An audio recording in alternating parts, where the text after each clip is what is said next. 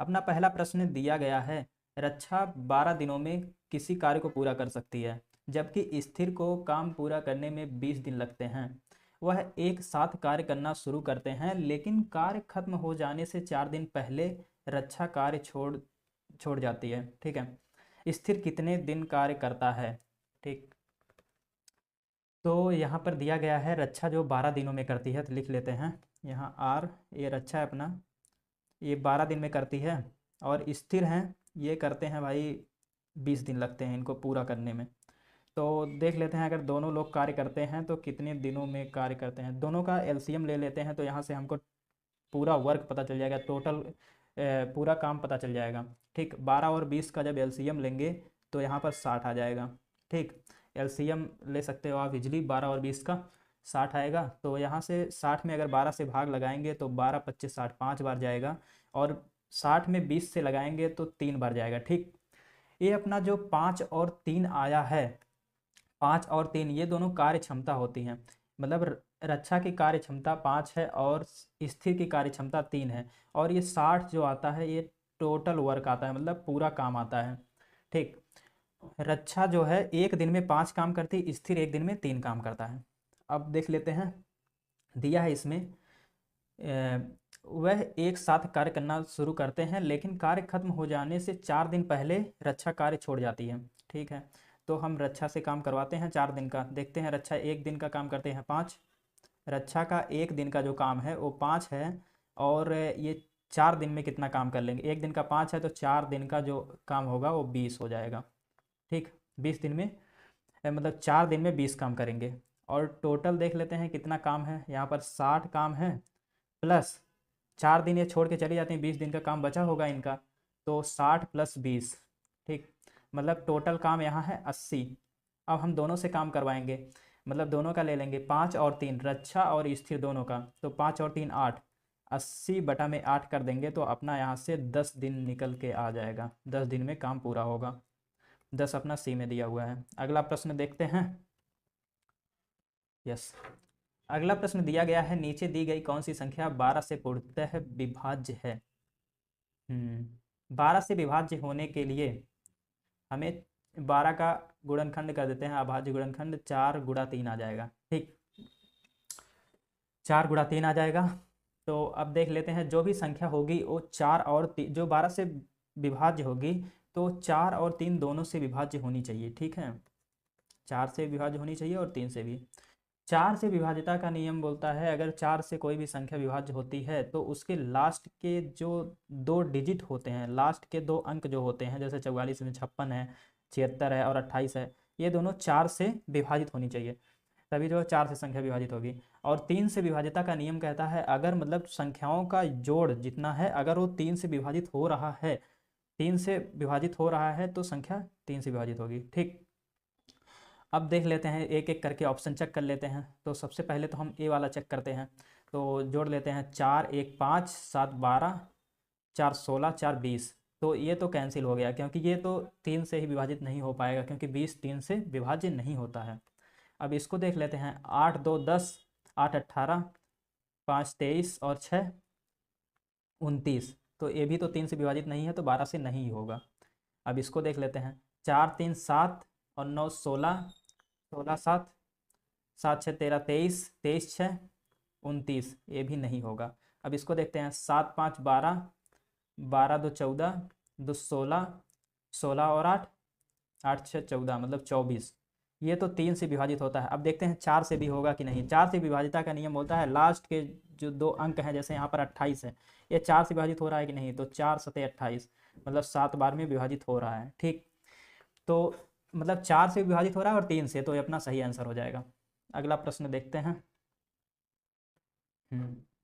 अगला प्रश्न दिया गया है इसमें, यदि 154 मीटर लंबी रस्सी को 9:5 के अनुपात में विभाजित किया जाता है तो छोटे टुकड़े की लंबाई मीटर में कितनी है? ठीक है, 9:5 में विभाजित किया जाता है, तो इसको लिख लेते हैं 14। टोटल 14 बराबर कितना है? 154। ठीक, अब क्या आ जाएगा, एक बराबर कितना आएगा? 154 में 14 से भाग लगा देंगे, तो 14 एकम 14 14 एकम 14, एक बराबर 11। अब पूछा है कि छोटे टुकड़े की लंबाई कितनी है। 9 और 5 में छोटा क्या है, 5 है ना। तो 5 है तो 1 बराबर 11 आया है, तो 5 बराबर कितना आ जाएगा, 11 गुणा 5, 55 सही आंसर आ जाएगा। 55 बी पार्ट है। अगला प्रश्न देखते हैं। हम्म ये भी यूपीपी में आया हुआ है। तो एकदम सिंपल है भाई, 450 जहाँ का लिखा है वहाँ गुणा कर देते हैं, 78% है, 78/100 कर देते हैं, सिंपल करेंगे अपना आ जाएगा।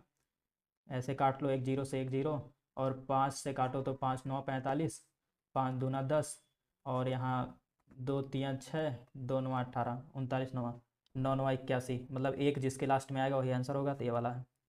ठीक है, अगला प्रश्न देखते हैं। हाँ, अगला प्रश्न दिया गया है। यस। सुमित को 198 रुपये में एक वस्तु को बेचने से 12% की हानि हुई। 8% का लाभ कमाने के लिए उससे कीमत को कितना बढ़ाना चाहिए था। ठीक है, तो 198 रुपये में बेचा था तो 12% की हानि हुई थी, मतलब हाँ। तो यहाँ से 12% की हानि मान लेते हैं, जो क्रय मूल्य है, क्रय मूल्य वो अपना 100% मान लेते हैं। 12% की हानि मतलब जो वो बेचा है वो 88% में बेचा है। 88% बराबर 198। ठीक, यहाँ से 1% का मान निकाल लेंगे तो आ जाएगा 198/88। अब निकालना है यहाँ से 8% का लाभ कमाने के लिए। जब 12% का हानि था तब हम ऐसे करते हैं, 12% का जो हानि होती है उसको 100 में से 12 को घटा दिए, यही 88 लिखा है। अब लाभ लिखा है तो 100 में 8 जोड़ देंगे। ठीक, तो 108% का निकाल लेते हैं। 1% का 198/88 आया है। 108% कितना आ जाएगा, 198/88 गुणा 108। सिंपल करिए, इसको काटते हैं तो 2 से काट दो, 4 से 8 9, ये तो 4 से नहीं कटेगा। 4 दूना 8, 4 7 28, 4 से कट जाएगा ये भी। लास्ट की 2 डिजिट अगर कट रही है 4 से तो 4 से पूरा कट जाएगा ये भी। 4 दूना 8, 4 दूना 8, और यहाँ से 4 दूना 8 और 2 4 7 28, 27, और यहाँ 22 आ रहा है। तो ये देखते हैं। और ये 11 से भी कट जाएगा, 11 दूना 22, और 11 एकम 11, और 11 8 88, और 2 9 18, 9 बार 9 गुणा 27। देख लेते हैं अपना सही आंसर कौन सा है। 9 गुणा 27, और 9 सत्ते 63 3 6, और 9 दूनी 18 6 8 6 14, 243 रुपये आ रहा है 108% लाभ के लिए। अब पूछा है कि लाभ कमाने के लिए उसे कीमत को कितना बढ़ाना चाहिए। तो भाई ये 243 में 243 माइनस 198, तो ये बेच रहे थे, तो 243 में से जब 198 घटाएंगे तो अपना सही आंसर आ जाएगा। 13 में से 8 गया तो 8 5 13, और यहाँ आ जाएगा 13 में से 9 गया तो 9 4 13, 45 रुपये बढ़ाना पड़ेगा इसको। प्राइस 45 डी में आया है, डी अपना सही आंसर हो जाएगा। अगला प्रश्न देखते हैं। यस, अगला प्रश्न दिया गया है, एक खिलौने का रियायती मूल्य 1470 था, जो विक्रय मूल्य होता है। यदि छूट 16% थी तो खिलौने का अंकित मूल्य क्या था, मार्केट प्राइस। तो छूट जो है मार्केट प्राइस पे हमेशा निकालते हैं, तो 16% का देख लेते हैं। 16% को क्या लिख सकते हैं, 16/100 करेंगे तो यहाँ से आ जाएगा 16, 2 अट्ठे 16, 2 पच्चे 10, 8/50, 2 चौको 8, और 2 दूना 4, मतलब 4/25। ठीक, अब 4/25 आया। अब यहाँ दिया क्या है, छूट है, ये अपना अंकित मूल्य है, अंकित मूल्य, और ये अपना छूट दिया गया था 16%। तो अगर मान लो 25 है, 25 और जो है 4 की छूट दी गई है, तो मतलब बेचा कितने में गया है ये, 21 रुपये में। ठीक, 21 रुपये में बेचा गया है। तो यहाँ दिया गया है ये 1470 रुपये था उसका विक्रय मूल्य। तो यहाँ से 21 बराबर 1470, तो एक बराबर कितना आ जाएगा, 1470/21। ठीक, अब 21 सत्ते 147, मतलब 70 आ जाएगा, एक बराबर 70।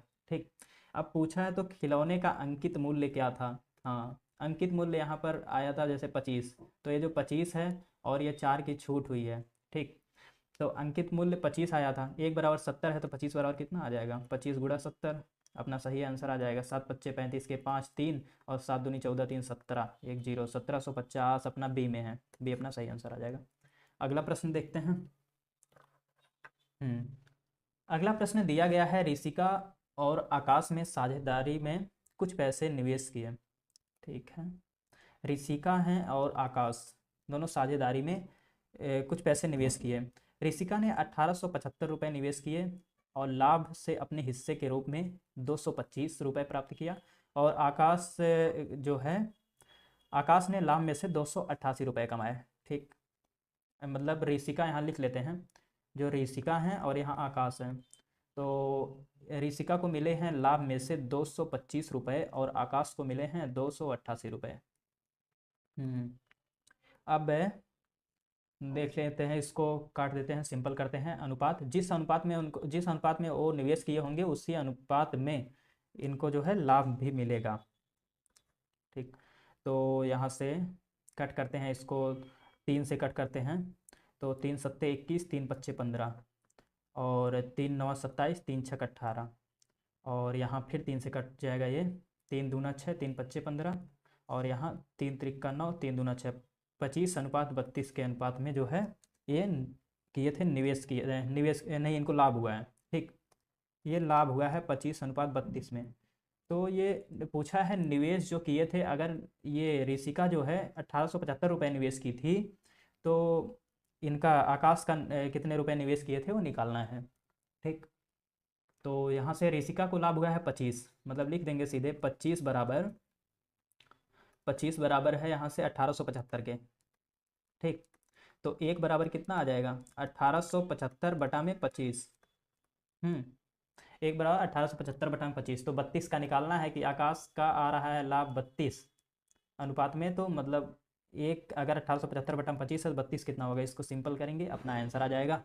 तो काट देते हैं 5 से, 5 × 5 = 25 और यहाँ 5 × 3 = 15, 3 5 × 7 = 35, 2 5 × 5 = 25, फिर 5 से कट कर देते हैं, 5 से काटेंगे तो 5 × 1 = 5 और यहाँ 5 × 7 = 35, 2 5 × 5 = 25 और 5 दूना 10, तो 0 तो बहुत सौ के लास्ट में है, ये तो अपना आंसर वैसे ही कट जाएगा, कैंसिल हो जाएगा, 0 लास्ट में नहीं है।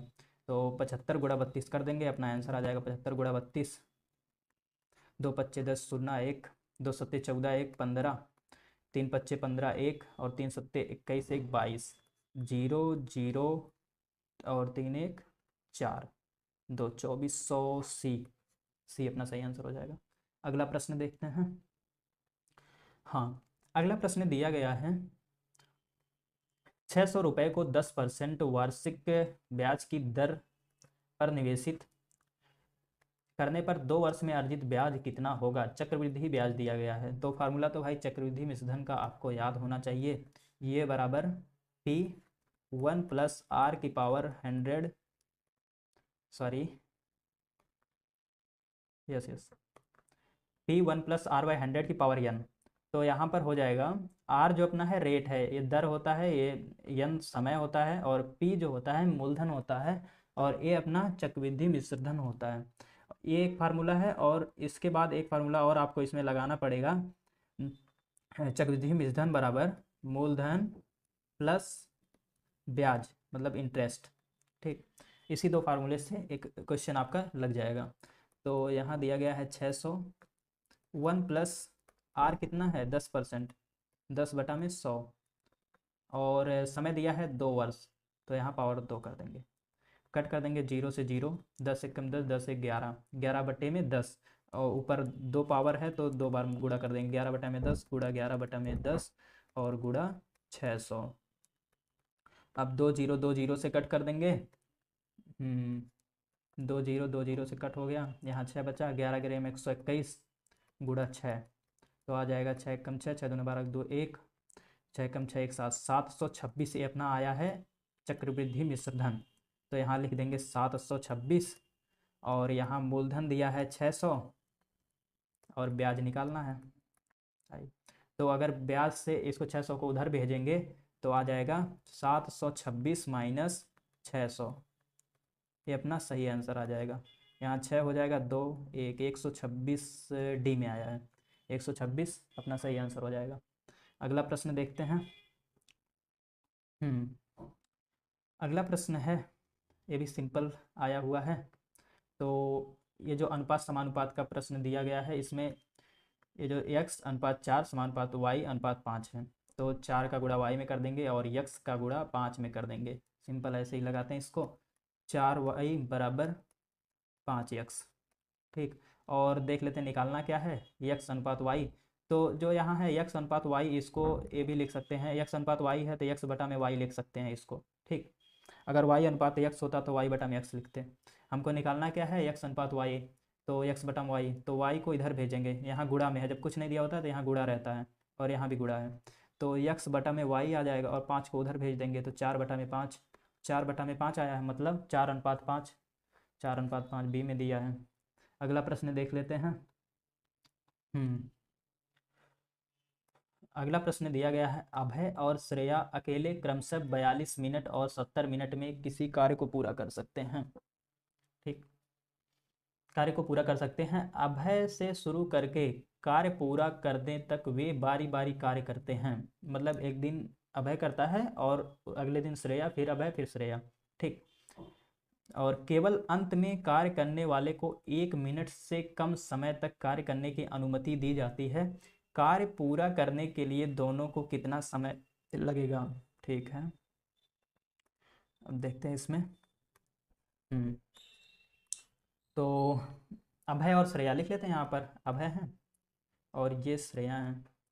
तो अभय करता है 42 मिनट में, श्रेया करती है 70 मिनट में। दोनों का एलसीएम ले लेंगे, 42 और 70 का एलसीएम कितना आ जाएगा, यहाँ लेते हैं 42 और 70 का एलसीएम। आप निकाल सकते हैं, एलसीएम इजी है।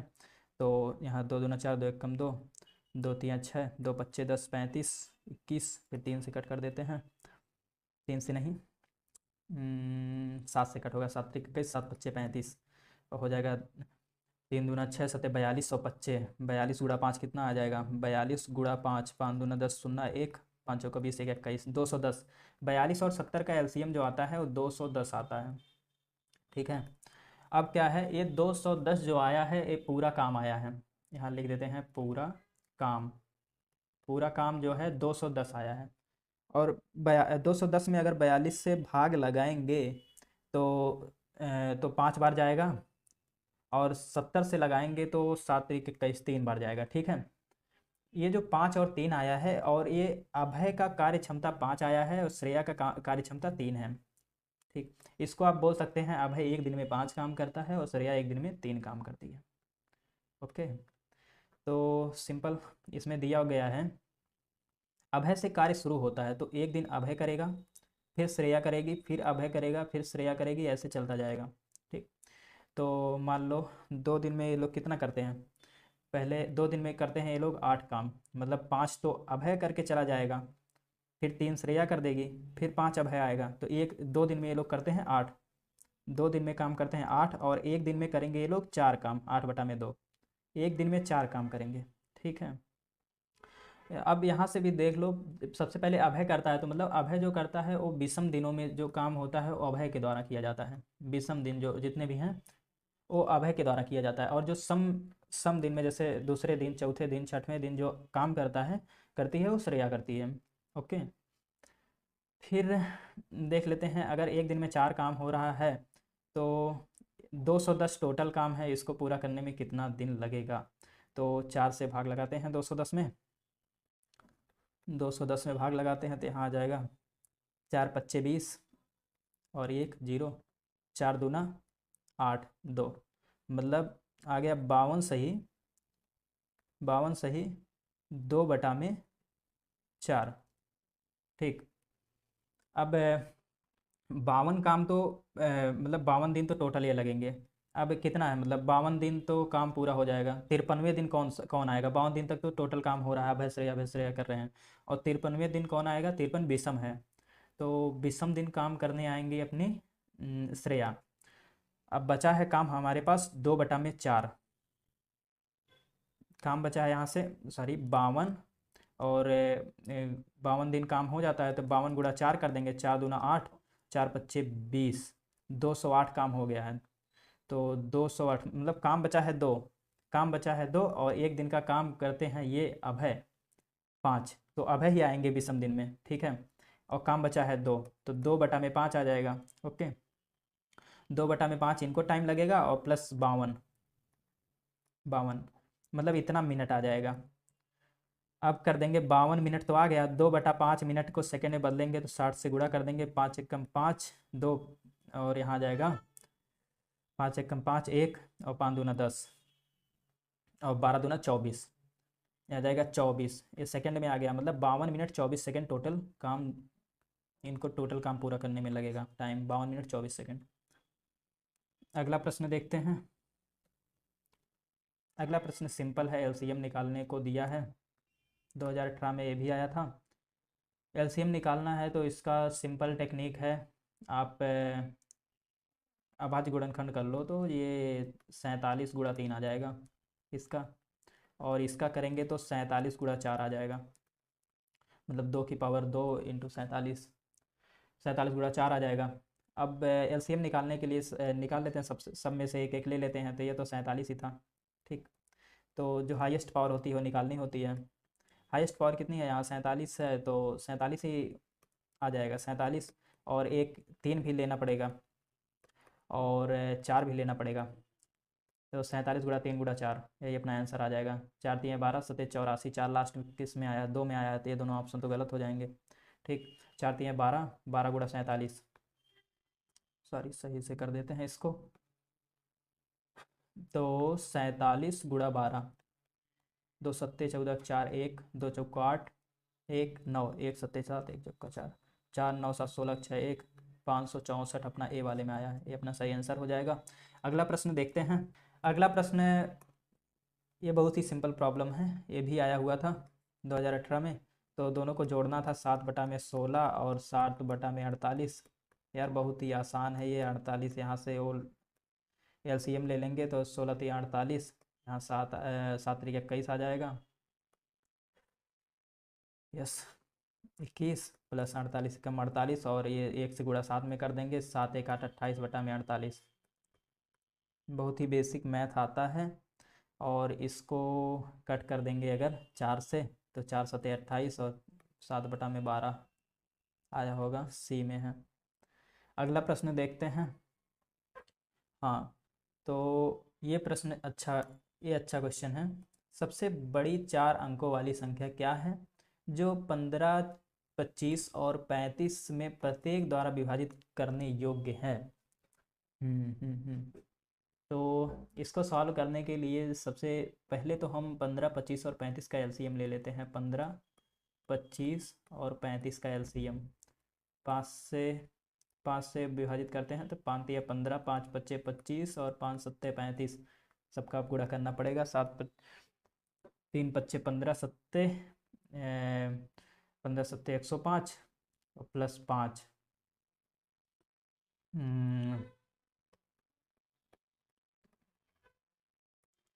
सॉरी